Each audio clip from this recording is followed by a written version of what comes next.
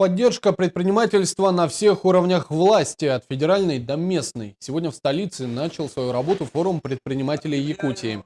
О развитии бизнеса в республике говорили на пленарном заседании. В первую очередь речь шла о федеральной поддержке. Также между правительством республики и Министерством по развитию Дальнего Востока подписано соглашение в сфере малого и среднего бизнеса, внедрению и реализации модельных решений по развитию предпринимательства. Говоря проще, лучшие идеи по развитию бизнеса со всего мира будут применяться в Якутии.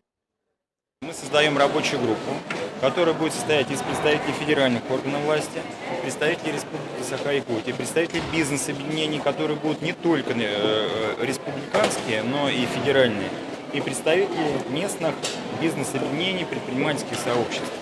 Первое. Второе. Мы подготовим конкретный документ, который будет называться дорожная карта или план мероприятий пошаговых по внедрению этих лучших модельных решений.